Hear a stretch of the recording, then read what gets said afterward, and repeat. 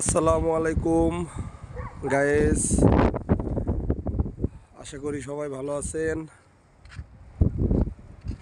আমি আপনাদের সামনে একটা ভিডিও তুলে ধরলাম। এটা হলো